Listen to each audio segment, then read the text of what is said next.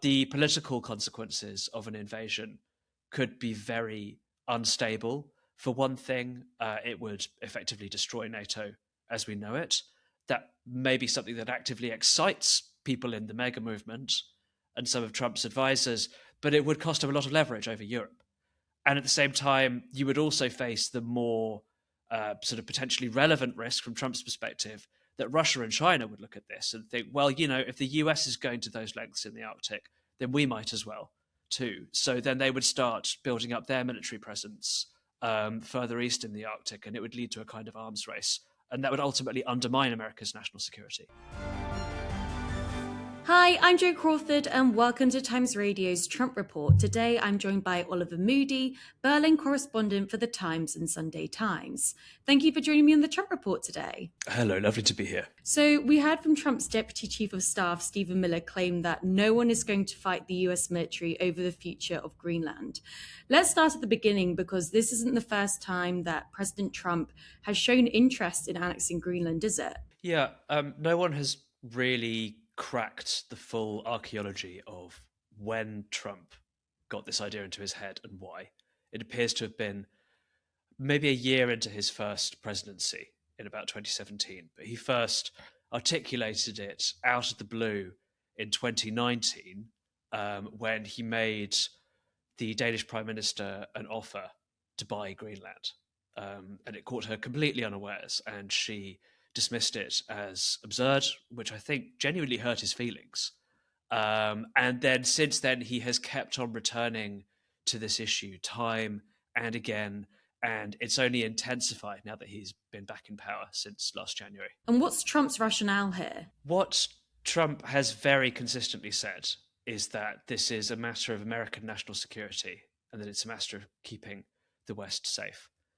And there's a lot to be said for that, because Greenland is the closest thing that the US has to a forward operating base for detecting missile strikes that would come from Russia and China in a hypothetical war. And the Arctic is opening up to shipping as the ice melts, but also to naval activity. Trump seems to be under the impression that the waters around Greenland are crawling with Russian and Chinese warships, which is not the case, but it is certainly true that China is starting to send commercial vessels through the Arctic and that Russian submarine activity has intensified a lot. However, the Danes have been very clear that they would welcome it if the Americans wanted to put more military assets on Greenland. They basically said you can do whatever you want as long as we still have control. So a lot of Danish officials suspect there may be an ulterior motive. What sort of ulterior motive could that be? Well, it could simply be the fact that Trump is a leader of a very kind of pre-1945 stripe who likes the idea of holding and gaining territory for its own sake. There is a lot of untapped mineral wealth on Greenland, not just oil and gas reserves, but also rare earth minerals, which are a well-known obsession of the Trump administration. And there is also just this general idea that the Western Hemisphere, to which Greenland largely belongs, is America's backyard, and that America should have the power to do as it wishes in its dominion. Following the capture of Maduro last week by the US, do you think that Trump's comments about Greenland will turn to action? Does it add more weight onto that? I think it does. Just to be clear, a US military operation to occupy Greenland would be a completely different kettle of fish to the very quick and limited raid that they conducted in Caracas at the weekend. But what I think it has done is very much underlined that Trump is absolutely serious about using any means to achieve his foreign policy objectives. And he does not give a fig for things like international law or territorial integrity or the inviolability of borders. And let's talk about how you think that the US might be able to attempt this. You break it down into 4 scenarios, don't you? That's right. This is loosely following a book that came out recently about Greenland called So You Want to Own Greenland by an Australian geopolitics analyst called Elizabeth Buchanan, which I can really recommend if people want to find out more. But I've slightly adapted the scenarios in the light of recent events. The most drastic one is, of course, an invasion. There is no doubt that the US could do it. They've got all the kit. They have limited capabilities for Arctic warfare, it has to be said. But it's extremely unlikely that the Danes or their European NATO allies would put up any kind of a fight. It'd be a very one-sided affair. So the only practical downside in terms of the operation would be the risk of accidents or things going wrong that embarrass the American military, or that American commanders are so horrified by what they're being asked to do that they start resigning.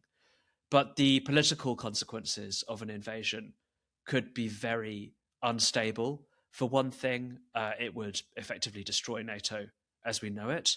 That may be something that actively excites people in the mega movement and some of Trump's advisors, but it would cost him a lot of leverage over Europe. And at the same time, you would also face the more sort of potentially relevant risk from Trump's perspective that Russia and China would look at this and think, well, if the US is going to those lengths in the Arctic, then we might as well too. So then they would start building up their military presence further east in the Arctic, and it would lead to a kind of arms race. And that would ultimately undermine America's national security. And then your second scenario was coercion. Could you tell me about that? That's right. It's basically a blend of the stick and the carrot.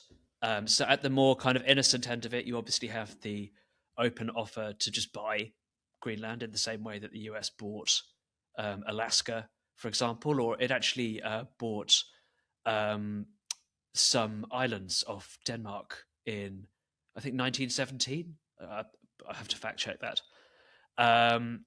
They've also offered to plough a lot of investment into Greenland and to support the Greenlanders on their campaign to achieve independence from Denmark. They have tried to win hearts and minds, not very effectively up to now, it has to be said. But there are also a bunch of dark arts tools that they can use. Pretty much the Russian playbook for annexing territories. So online disinformation, bot farms. There have already been some allegations from the Danish security services that American agents have been trying to stir up secessionist sentiment in the Greenlandic population. And so it would be a mixture of all of these stick and carrot techniques at the same time as using Ukraine and NATO as bargaining chips to win the other Europeans around to the idea. And could you elaborate on what you mean by that? Europeans have been extremely reluctant to criticize the intervention in Venezuela, and they have also been conspicuously restrained in their language on Greenland for the most part. And that is because they want to ensure, crudely speaking, that Trump does not sell the Ukrainians completely down the river and cut a deal with Moscow.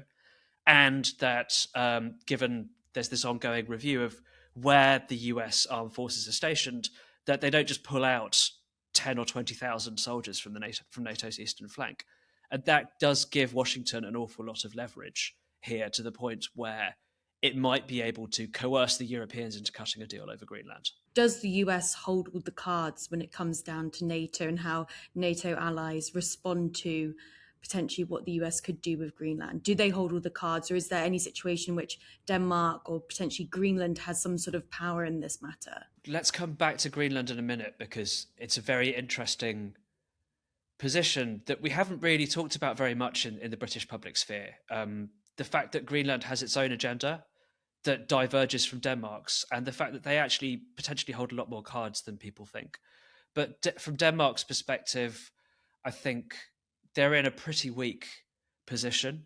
Elizabeth Buchanan, the analyst I mentioned earlier, said basically the only tool that they've got is to order Maersk, this gigantic Danish shipping company that has a lot of contracts with the Pentagon, to boycott the Americans, which would cause quite a bit of economic damage to America's trade and also to its military operations, but would also be pretty suicidal, because that would destroy one of Denmark's biggest commercial assets. So it's quite unlikely they'd do that. Is there any sort of precedent that we can look at that could help explain what could happen if a NATO ally attacked another NATO ally?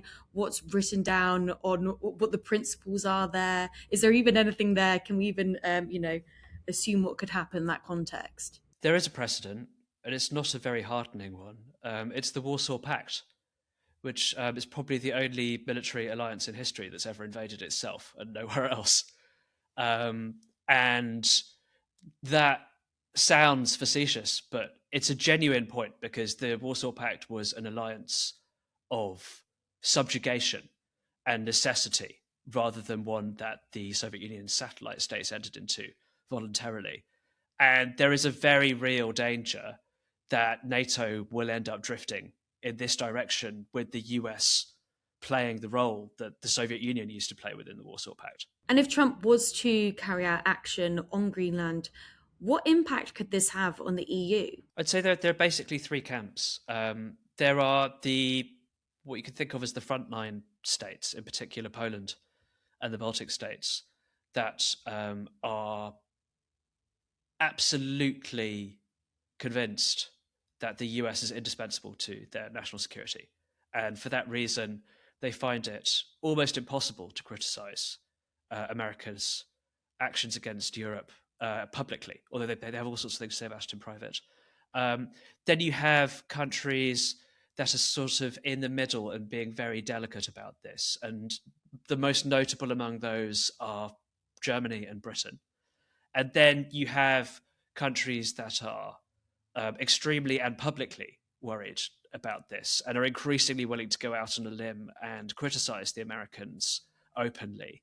And that is places like Spain, most obviously, but also increasingly France. So we've discussed scenario 1 and scenario 2, but what's scenario 3 and 4 for you? Sure. So this idea of a compact of free association has been in the ether for the past 8 or 9 months. And what it would essentially entail is Greenland not becoming part of the United States, but signing a deal with the US where the Americans would be able to do whatever they want militarily, and the Greenlanders would get, for example, preferential trading terms or investment.